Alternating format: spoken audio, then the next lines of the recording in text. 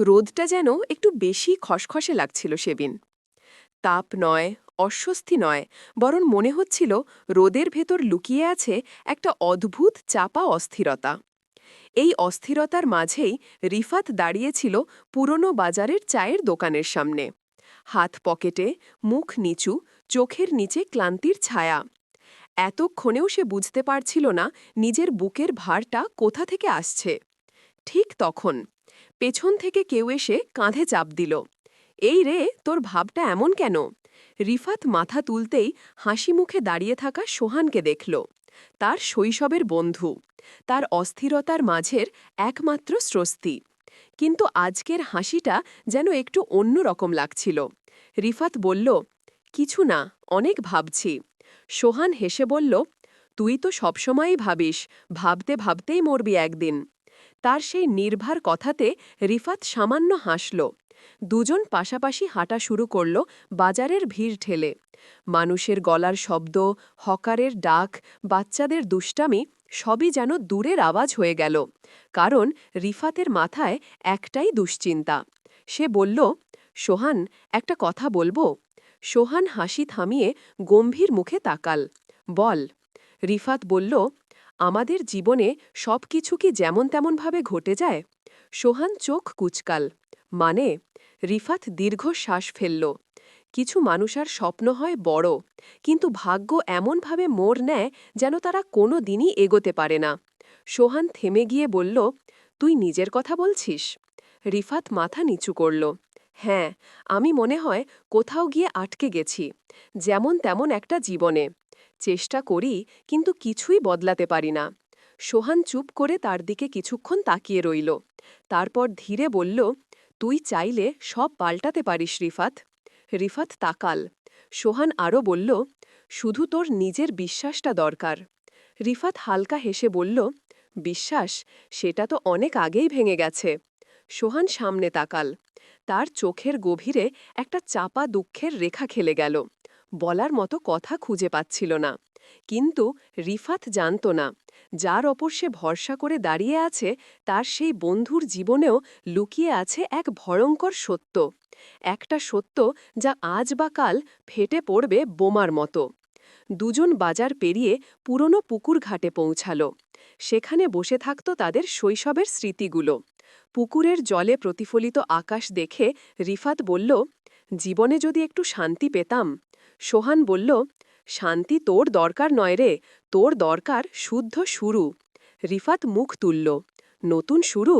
সোহান মাথা নেড়ে বলল, হ্যাঁ, এমন একটা শুরু যেখানে তুই নিজেকে নতুন করে চিনতে পারবি। রিফাত বলল, কিন্তু কোথায় পাবো সেই শুরু? সোহান বলল, সেটাই তো আমি বলতে এসেছি। রিফাত অবাক হয়ে তাকাল। সে বলল, তুই? সোহান হালকা হাসল।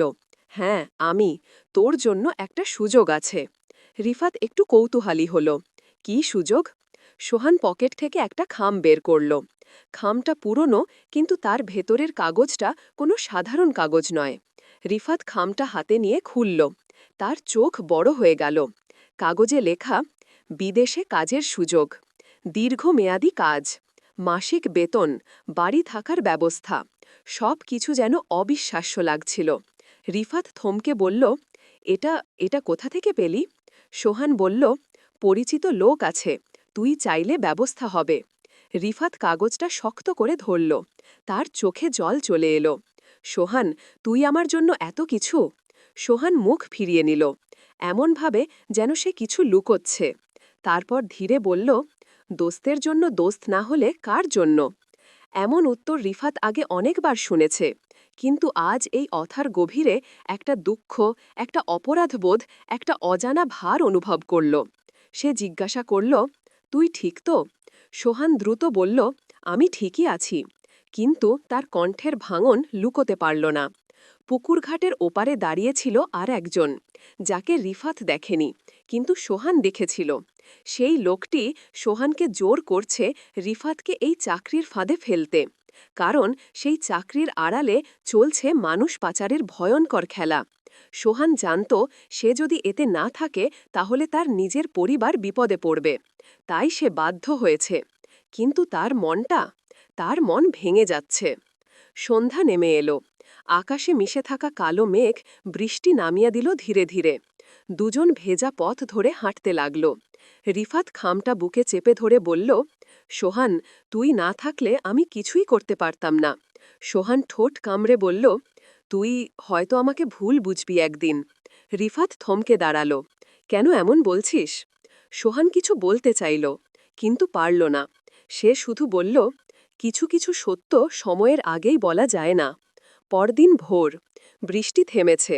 রিফাত খাম হাতে নিয়ে বাজারে সোহানের দোকানের সামনে দাঁড়াল, কিন্তু দোকানের দরজায় তালা, চারপাশে কেউ নেই। ঠিক তখন একজন লোক এগিয়ে এসে বলল, রিফাত ভাই, শুনেননি? রিফাত বলল, কি? লোকটি বলল, সোহানকে গত রাতে পুলিশ ধরে নিয়ে গেছে। রিফাতের বুকের ভেতরটা ধাক্কার মতো উঠল। কেন? মানুষ পাচারের অভিযোগে। এক মুহূর্তে পুকুরঘাটের সব দৃশ্য, সোহানের কণ্ঠের ভঙ্গুরতা, তার চোখের দুঃখ সব একসাথে ঝড়ের মতো মনে পড়ল। রিফাত খামটা মাটিতে বসে থাকা কুকুরের মতো আঁকড়ে ধরল। তার চোখে জল এসে গেল। সে কেঁপে কেঁপে বলল, তুই কেন এমন করলি রে? আমি কি তোকে এতটাই যেমন তেমন কোনো বন্ধু ভেবেছিলাম? রিফাত ঠিক করল, আজই সত্যটা জানবে। সে সরাসরি থানায় গেল। সোহানকে দেখা মাত্রই তার চোখে জল চলে এলো। সোহান মাথা নিচু করে বলল, আমি চাইনি রে, আমি কখনোই চাইনি তোর ক্ষতি হোক। রিফাত বলল, তাহলে করলি কেন? সোহান বলল, ওরা আমার মাকে মেরে ফেলত, আমি বাধ্য ছিলাম। এই এক বাক্য দুই বন্ধুর বছরের সম্পর্ককে রেখে দিল অন্য জায়গায়। রিফাত তার হাত ধরল, দোস্ত, এগুলো যদি আগে বলতে আমি একাই সব সামলে নিতাম। সোহান ফিসফিস করল, আমি ভয় পেয়েছিলাম। দুই বন্ধুর চোখের জল মিলল এক জায়গায়।